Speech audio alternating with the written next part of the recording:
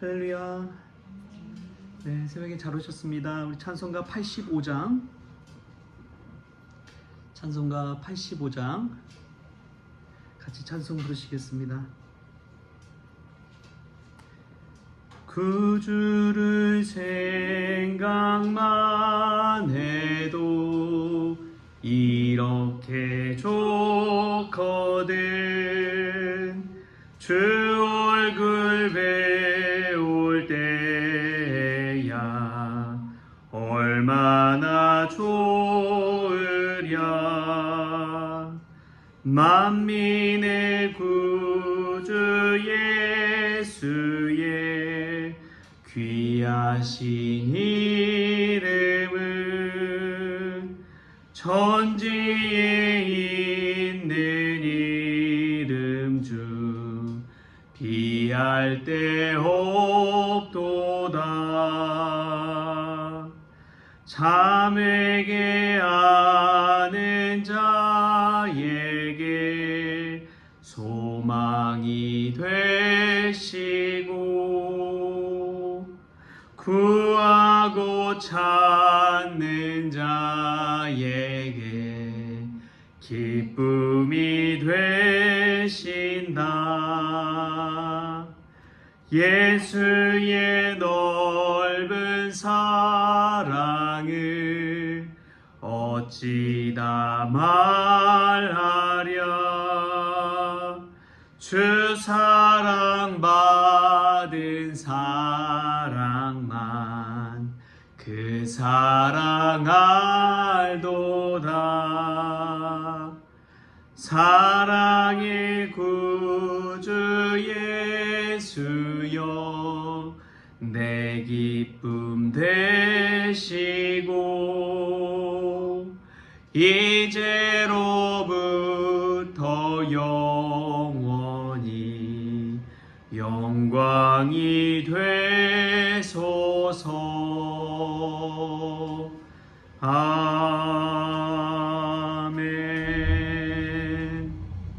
우리 다 같이 사도신경으로 신앙 고백하시겠습니다. 전능하사 천지를 만드신 하나님 아버지를 내가 믿사오며 그 외아들 우리 주 예수 그리스도를 믿사오니 이는 성령으로 잉태하사 동정녀 마리아에게 나시고 본디오 빌라도에게 고난을 받으사 십자가에 못 박혀 죽으시고 장사한 지 사흘 만에 죽은 자 가운데서 다시 살아나시며 하늘에 오르사 전능하신 하나님 우편에 앉아 계시다가 저리로서 산 자와 죽은 자를 심판하러 오시리라.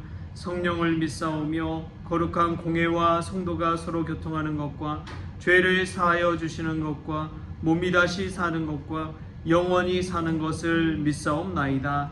아멘. 오늘 함께 볼 말씀은 고린도후서 3장 12절에서 18절까지의 말씀. 고린도후서 3장 12절에서 18절까지의 말씀. 우리 같이 한 목소리로 합독하시겠습니다. 고린도후서 3장 12절부터 18절까지. 우리가 이 같은 소망이 있으므로 담대히 말하노니 우리는 모세가 이스라엘 자손들에게 장차 없어질 것의 결국을 주목하지 못하게 하려고 수건을 그 얼굴에 쓴 것 같이 아니하노라. 그러나 그들의 마음이 완고하여 오늘까지도 구약을 읽을 때에 그 수건이 벗겨지지 아니하고 있으니 그 수건은 그리스도 안에서 없어질 것이라. 오늘까지 모세의 글을 읽을 때에 수건이 그 마음을 덮었도다. 그러나 언제든지 주께로 돌아가면 그 수건이 벗겨지리라. 주는 영이시니 주의 영이 계신 곳에는 자유가 있느니라. 우리가 다 수건을 벗은 얼굴로 거울을 보는 것 같이 주의 영광을 보매 그와 같은 형상으로 변화하여 영광에서 영광에 이르니 곧 주의 영으로 말미암음이니라. 아멘. 할렐루야. 말씀에서 귀한 은혜가 있기를 소망합니다. 주는 영이시니 주 영이 계신 곳에는 참 자유가 있는 줄 믿습니다. 그런데 이 자유함 이전에 사도 바울이 고린도 교회의 성도들에게 알려주고 싶은 것은 수건, 즉 율법을 이야기합니다. 출애굽 34장에 보면은 모세가 이제 시내산에 올라갔다 와서 하나님과 함께 있다가 오니까 얼굴에 광채가 엄청 나게 되는 거예요. 우리 뭐 주변 돌아다니다 보면 젊은 분들 막 물광해가지고 번쩍번쩍 하잖아요. 막 빛에 막 반사돼가지고 눈이 부실 정도로. 그런데 이 모세의 광채는 거기에 비할 바가 아닙니다. 어마어마한 광채가 나가지고 하나님 만나면 그렇게 광채가 날 줄 믿습니다. 그 광채 때문에 너무나 두려워가지고 가까이 갈 수가 없는 거예요. 그래서 어쩔 수 없이 이 수건, 너울이라고도 하는데 그것을 얼굴을 다 가린 거예요. 그래야지만이 겨우 이야기 나누고 할 수 있을 정도라고 하니 이게 얼마나 막 빛처럼 밝았을지를 상상해 볼 수가 있습니다. 근데 이 수건이 오늘 말씀에서 보면은 율법이라고 보시면 돼요. 율법, 모세의 율법 때문에 이 고린도 교회 성도들 안에서도 분란이 일어나기 시작한 것입니다. 유대 율법주의자들이 고린도 교회까지 와서 율법을 준수할 것을 강요하기 시작했습니다. 그러면서 사람들 마음이 수건에 가려진 것처럼 딱딱해지고 굳어져 가고 또 그 기준이 어느 정도 생기다 보니까 이 율법적인 기준을 가지고 사도 바울도 판단하고 주변의 성도들도 판단하고 서로가 이 율법으로 인해서 깨어지고 나눠지고 분란이 있고 자기 자신은 높아져 가는 것 같고 그런 현상이 일어나기 시작한 것이죠. 그때에 사도 바울이 다시금 고린도 교회 성도들에게 알려주는 말씀이 되겠습니다. 오늘 14절 말씀 한번 볼까요? 14절 말씀 함께 읽겠습니다. 그러나 그들의 마음이 완고하여 오늘까지도 구약을 읽을 때에 그 수건이 벗겨지지 아니하고 있으니 그 수건은 그리스도 안에서 없어질 것이라. 아멘. 율법은 완고하게 합니다. 사람을 굳어지게 만들어요. 누군가를 정죄하게 합니다. 그 기준의 잣대를 가지고 되는데 참 사람이란 게 그렇더라고요. 똑같은 잣대를 대지 않아요. 내가 친한 사람에게는 아무리 율법이라도 법이라도 친한 관계가 있고 아는 분들에게는 이 기준이 낮아집니다. 그리고 전혀 모르고 생명 부지인 사람은 이 기준이 완고해져요. 사람인지라 똑같은 법이라도 대상에 따라서 적용이 달라진다는 거예요. 저도 노예에서 있다 보면은 여러 일들을 처리하게 되는데 어제도 뭐 담임 목사 취임식 은퇴하시는 분 목사님 뵙고 왔지만 그런 거 하려면 다 노예법이 적용이 돼요. 그래서 좀 알고 또 연배도 있고 하신 분들은 막 일사천리로 법을 통과하게 돼요. 순식간에 이제 취임식도 하는 거고. 근데 이제 뭐 안면도 없고 또 다른 노예에 있다가 막 오고 그런 분들은 이 법대로 막 해야 되니까 기간이 확 늘어나는 거예요. 저도 보면은 부임은 1월에 했는데 취임은 5월에 했거든요. 이 기간이 텀이 긴 거죠, 어떻게 보면. 근데 어떤 분들은 뭐 1월에 부임했다가 뭐 임시노예 해가지고 얼른 통과시켜서 빨리 취임하고 이런 케이스도 있습니다. 법이 적용이 뭐 고무줄인 것이죠. 사람인지라 그렇습니다. 그런데 이 법, 기준, 율법 물론 중요하죠. 내가 신앙생활 잘하고 있는지 못하고 있는지 그것을 통해 판가름할 수 있기 때문에 그렇습니다. 그럼에도 불구하고 이 사도 바울은 이 율법적인 것은 완고해지지만 그리스도 안에 있을 때 이 모든 것이 없어질 것이다 라고 이야기합니다. 율법의 완성은 복음이기 때문에 그렇습니다. 예수 안에서 있다 보면 모든 것 안에 자유함을 느끼게 되기 때문이지요. 오늘 말씀에도 나오잖아요. 17절에 주는 영이시니 주의 영이 계신 곳에는 자유가 있느니라.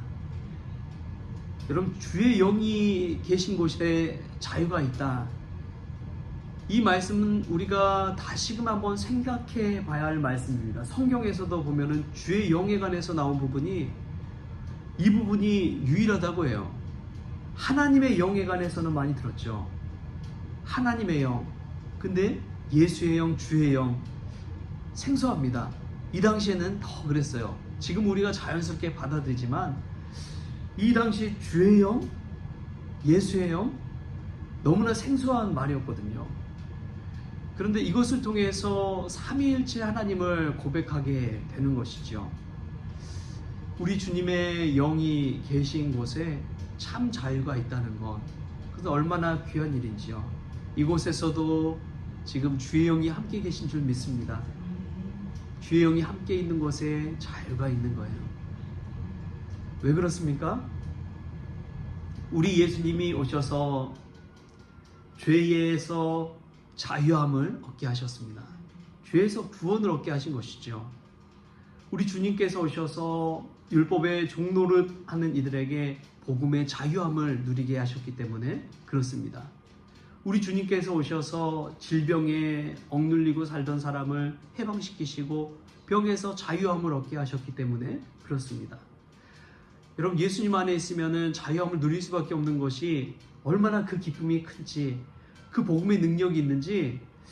이전에는 시어머니에게 눌려 살던 며느리도 교회 와서 은혜 받고 복음의 말씀을 듣고 내가 하나님의 자녀라는 이 자부심을 가지고 자존감이 회복되니까 이 집안에 가서도 시어머니가 아무리 해도 그런 것은 아무것도 아닌 거예요.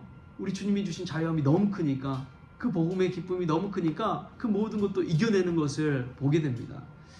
우리 안에 주의 영이 계실 때에 참 자유함이 있을 줄 믿습니다. 여러분, 무엇이 더 큰지를 생각해 보십시오. 잠시 잠깐의 고난보다 우리 주의 영이 주시는 구원과 은혜와 참 자유함 얼마나 큰지요. 우리가 이 말씀 속에서 다시금 주님이 우리에게 주신 은혜를, 그 십자가의 은혜를 가슴에 새길 수 있기를 바랍니다.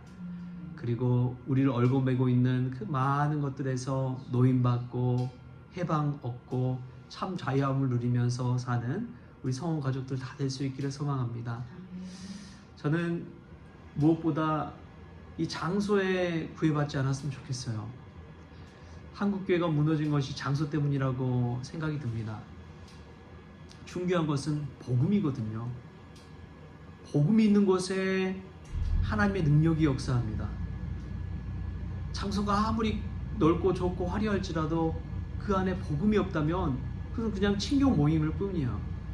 그러나 허름한 곳이고 초가와 같고 비가 셀지라도 하나님의 복음이 임한다면 그곳에서 복음의 능력이 일어날 줄 믿습니다. 왜냐하면 주의 영이 계시기 때문에 그렇습니다. 그곳에 희망이 있습니다. 능력이 있습니다. 참 소망이 있는 거예요. 우리가 이 시간 이곳에서 두 눈을 감고 주의 영이 나와 함께 계심을 느끼고 주의 거룩한 임재를 체험하면서 참 자유함을 누리는 저와 여러분 될 수 있기를 좋으신 예수님의 이름으로 축원합니다. 기도하겠습니다. 좋으신 하나님, 감사합니다. 늘 우리가 신앙생활하고 신앙의 연수가 더해질수록 율법주의자가 되고 수건에 가려진 것처럼 우리 마음 가운데 늘 꺼리낌이 있고 걸리는 것이 있습니다. 그럼에도 불구하고 그리스도 안에서 그 모든 것이 없어지고 참 자유함을 누리게 하여 주옵소서. 죄에서 또 종노릇에서 또 질병에서 노임받게 하여 주셔서 참 구원받고 자유하며 하나님의 영광을 드러낼 수 있는 귀한 종들 다 되어지게 하여 주옵소서.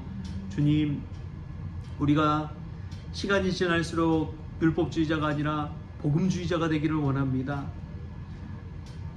나를 위해 십자가를 지신 예수 그리스도의 그 복음을 가슴에 안고 살아갈 때에 나는 아무것도 아니요, 주님이 모든 만물의 주인이라고, 만유의 주님이라고 고백하는 그 신앙 가지고 살아갈 때에 늘 겸손하게 하여 주시고 충성하게 하여 주시고 순종하게 하여 주셔서 하나님께 영광 돌리는 귀한 백성들 다 되어지게 하여 주옵소서.